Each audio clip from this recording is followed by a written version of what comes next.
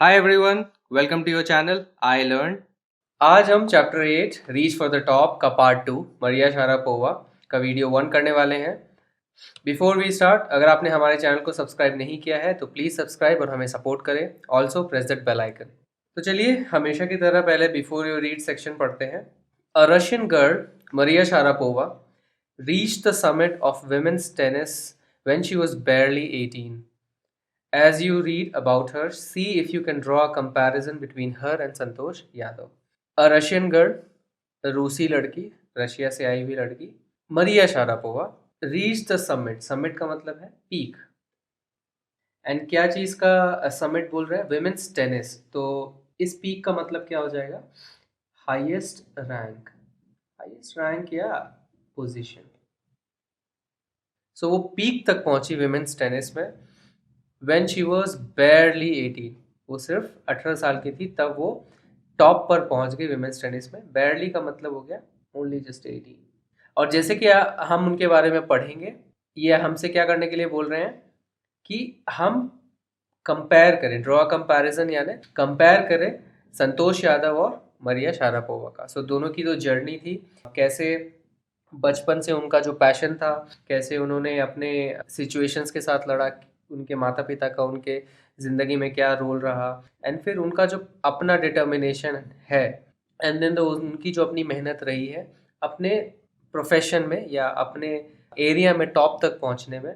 तो उनमें क्या कंपैरिजन दोनों में, ये आपको करना है। तो चलिए इस चैप्टर को पहले पढ़ते हैं।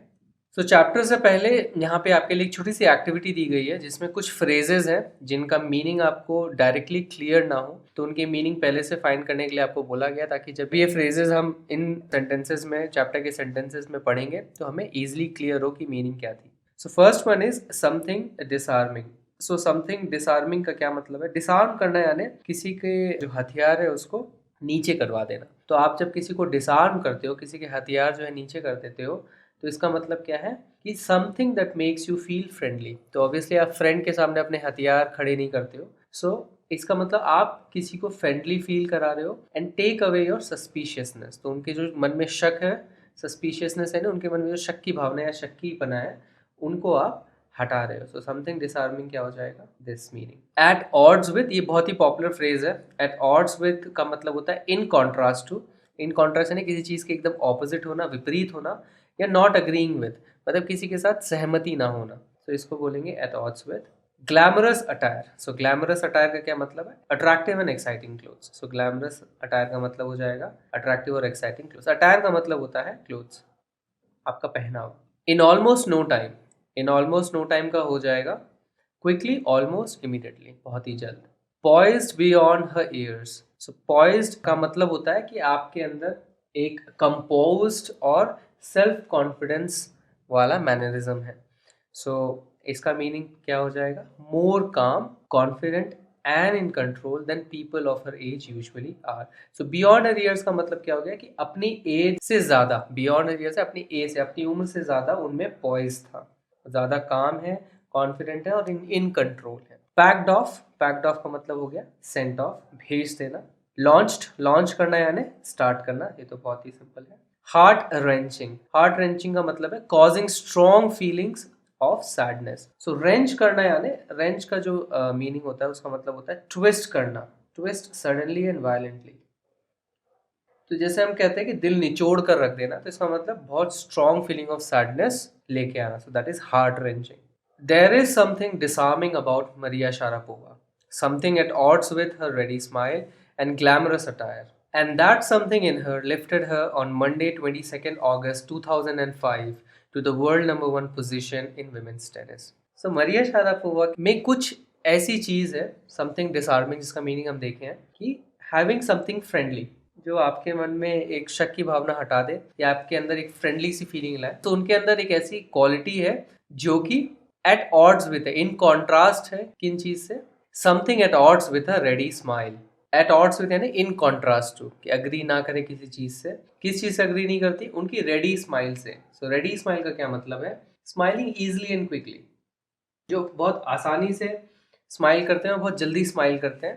तो यू से कि that person has a ready smile and glamorous attire यानी बहुत ही अट्रैक्टिव और एक्साइटिंग क्लोथ जो पहने। तो ये उनकी रेडी स्माइल और उनके ग्लैमरस अटायर से एकदम कॉन्ट्रास्ट में उनके अंदर कुछ ऐसी चीज है, एंड ये चीज दैट समथिंग इन हर, उनके अंदर जो ये चीज है, ये क्वालिटी है, उन्हें लिफ्ट करती है, लिफ्ट करने यानी रेज करती है, उन्हें उठा देती है on Monday 22 August 2005 to the world number 1 position, उन्हें वर्ल्ड की नंबर 1 पोजीशन पे पहुंचा देती है विमेंस टेनिस में। All this happened in almost no time, and ये सब हुआ बहुत ही जल्द, बहुत ही fast. So in almost in no time यानी बहुत ही तेजी से हुआ ये। Poised beyond her years, the Siberian-born teenager took just 4 years as a professional to reach the pinnacle. Poised beyond her years, इसका मीनिंग हम देख चुके हैं। सो उनके अंदर एक कॉम्पोजिशन है, एक सेल्फ कॉन्फिडेंस है जो कि अपनी एज से कहीं आगे है। साइबेरियन बॉर्न टीनेजर, सो वो टीनेज में है, उन्हें टीनेजर कहा जाता है। साइबेरियन बॉर्न, साइबेरिया एशिया का नॉर्दर्न पार्ट है जो कि रशिया में आता है, जहाँ पे बहुत ठंड पड़ती है, एंड वहाँ के इनफैक्ट एक टाउन जिसका नाम है न्यागन, वहाँ से वो बिलोंग करती हैं। तो वहाँ पे पैदा हुई एंड सिर्फ 4 साल उन्होंने लिया एज अ प्रोफेशनल। तो प्रोफेशनल मैचेस खेलना जब स्टार्ट किया उन्होंने, तो उसके बाद से सिर्फ 4 साल लिया पिनेकल तक पहुँचने में। पिनेकल का क्या मतलब है? Again summit. तो टॉप मोस्ट पोजीशन तक, पिनेकल यानी टॉप मोस्ट पोजीशन तक पहुँचने के लिए उन्होंने सिर्फ 4 साल लिए। इनफैक्ट अगर आप ये छोटा सा क्लिप देखेंगे तो आप देखेंगे कैसे मरिया शारापोवा हमेशा स्माइल करती रहती हैं, एंड हमेशा एक चीज पे उनका फोकस रहता है कि कैसे मैच को जीते एंड कैसे नंबर 1 पोजीशन पे वो पहुंचे।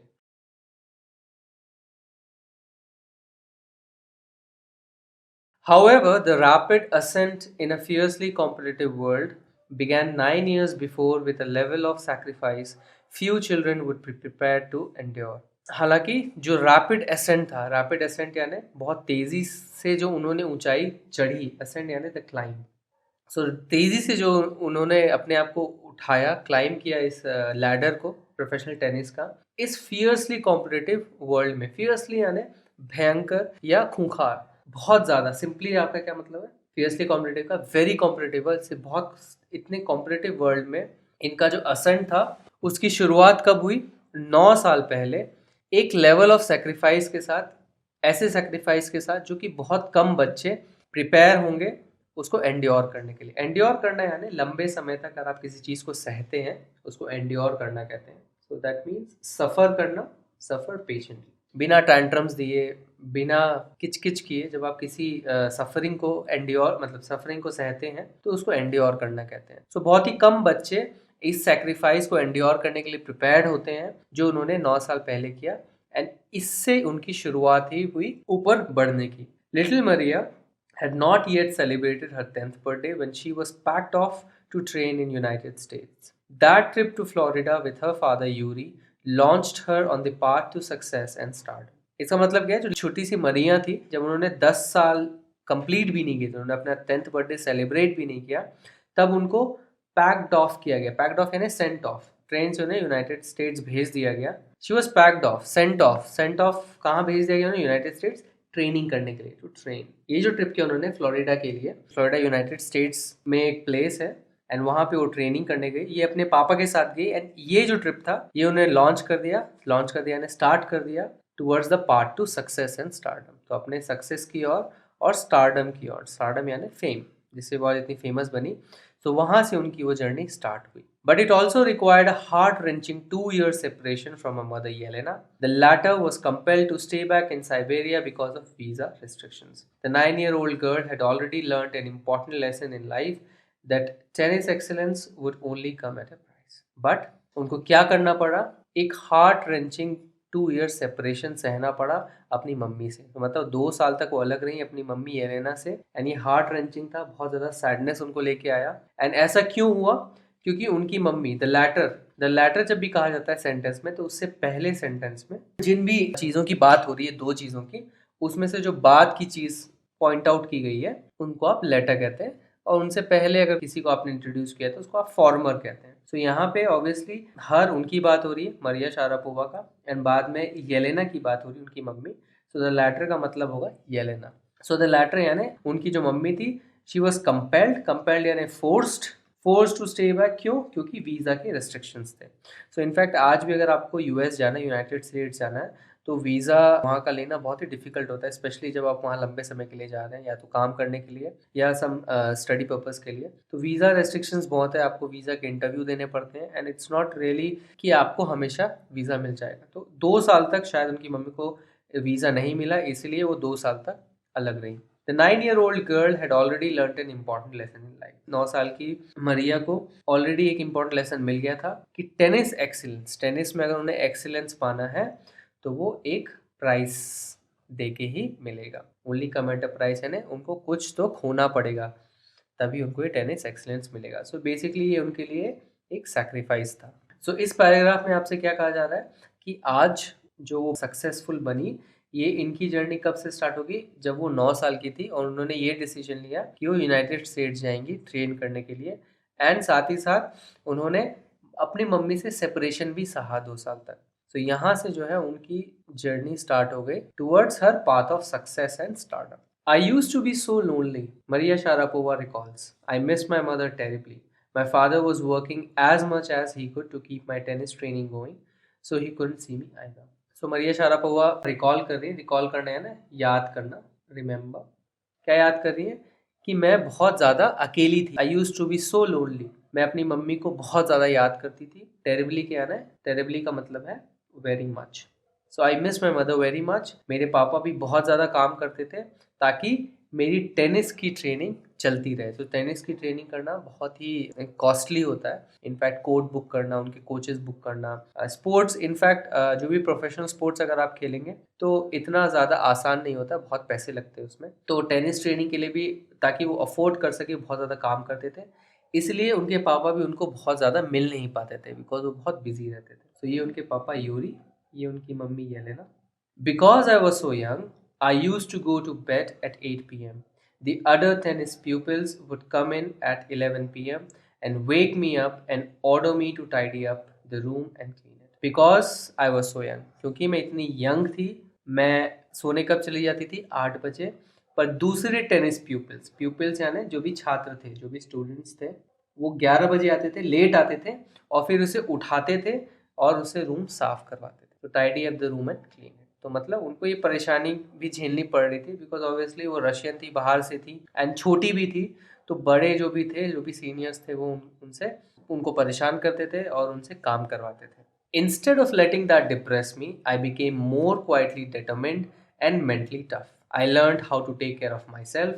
I never thought of quitting because I knew what I wanted. तो कितनी अच्छी बात कही इन्होंने, एकदम आपको संतोष यादव की याद आ जाएगी कि instead of letting that depress me, कि इंस्टेड ऑफ लेटिंग दैट यानी वो जो सिचुएशंस थे, एक तो मम्मी से अलग रहना और बड़े जो भी सीनियर्स थे उनसे ये सब सहना, इन सब चीज़ों से उन्होंने खुद को डिप्रेस होने नहीं दिया, खुद को परेशान और सैड होने नहीं दिया। इंस्टेड इसके अलावा उन्होंने क्या किया, वो बहुत ज़्यादा शांति से डिटरमाइंड हो गई। अब मनी मन डिटरमाइंड हो गई, क्वाइटली डिटरमाइंड यानी अपने अंदर बहुत ज़्यादा दृढ़ हो गई और मेंटली टफ हो गई। अपने दिमाग को उन्होंने बहुत ही शक्तिशाली बनाया। मेंटली टफ होना है ना कि आप कोई भी तरह की परेशानियाँ, एक तो होता है फिजिकली आप सहना, दैट इज स्पोर्ट्स में आपको ट्रेनिंग करके अपने बॉडी को आपको फिजिकली स्ट्रांग बनाना होता है। बट मेंटल टफनेस का मतलब क्या है, जैसा कि आपने संतोष यादव के केस में देखा था, मेंटल टफनेस का मतलब कैसे आप सारी परेशानियों को अच्छे से झेल सकते हो। जो भी परेशानियाँ आपको दूसरों से मिलती है, दूसरों के व्यवहार से मिलती है, हार जीत से मिलती है,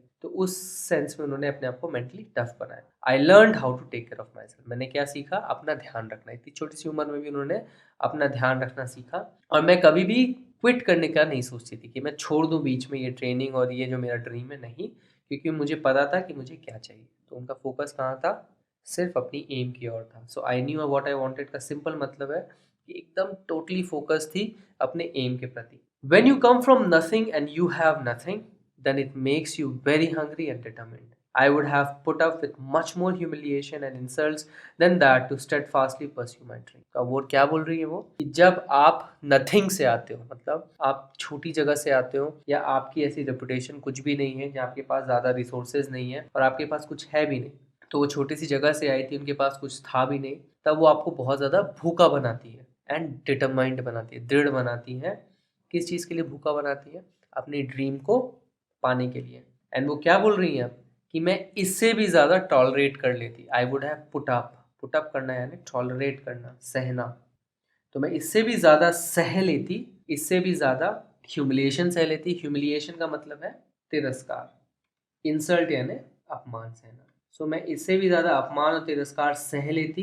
टू स्टेडफास्टली, स्टेडफास्टली यानी इन ए रेजोल्यूट, रेजोल्यूट का मतलब होता है डिटरमिन्ड तरीके से। जैसे आप रेजोल्यूशन लेते हो, किसी चीज़ का प्रण लेते हो, तो रेजोल्यूट का मतलब है डिटरमिन्ड तरीके से। एंड अनवेवरिंग, अनवेवरिंग है ना जो आपको अपने पाथ से हिला ना सके। आपने अपना एक पाथ बना लिया, उसे आपको कोई भी हिला ना सके, तो उसको अनवेवरिंग कहते हैं। सो मोर और लेस इसका मतलब है कि डिटरमिन्ड तरीके से चलते रहना। तो वो क्या कह रही है कि इससे भी ज़्यादा वो सह सकती थी ताकि वो लगातार अपने ड्रीम को परस्यू कर सके। परस्यू करना यानी फॉलो करना। सो इन शॉर्ट यहाँ पे क्या कहा जा रहा है आपसे कि उन्होंने बहुत परेशानियों को सहा, दूसरों से बहुत ज़्यादा ह्यूमिलिएशन सहा, इंसल्ट सहा, पर वो खुद का ख्याल रखना सीखी। अपने डिटर्मिनेशन को उन्होंने बढ़ाया, अपने दिमाग को स्ट्रॉन्ग किया और कभी भी क्विट करने का नहीं सोचा। एंड वो इतनी ज़्यादा स्ट्रॉन्ग हो गई मेंटली, इतनी ज़्यादा डिटरमाइंड थी कि अब वो क्या कह रही है कि मैं इससे भी ज़्यादा सह सकती थी जितना मुझे सहना पड़ा, ताकि मैं लगातार अपने ड्रीम को परस्यू कर सकूं। एंड ऑफ कोर्स उनका ड्रीम क्या था? To become number 1। So tennis जब भी आप खेलते हो तो आपकी रैंकिंग होती है, हर टेनिस प्लेयर की रैंकिंग होती है। बहुत सारे टूर्नामेंट्स होते हैं, US open, Wimbledon, French open etcetera. And in games के हिसाब से हर एक प्लेयर की रैंकिंग होती है। एंड इस रैंकिंग में वो अपने आप को नंबर 1 करना चाहती थी। Thanks for watching this video. अगर ये वीडियो आपको पसंद आए तो इस वीडियो को एक लाइक दीजिए, हमारे चैनल को सब्सक्राइब कीजिए और अपने comments and feedbacks comment section में लिखिए। आप हमारे चैनल को सब्सक्राइब इस गोल लोगो पे क्लिक करके सब्सक्राइब बटन दबा के कर सकते हैं। इस बेल आइकन को भी प्रेस करना ना भूलें ताकि हमारे सारे वीडियोस के नोटिफिकेशंस आप तक जल्द से जल्द पहुंचे। इस चैप्टर के अगले वीडियो के लिए स्टे ट्यून्ड। Bye bye.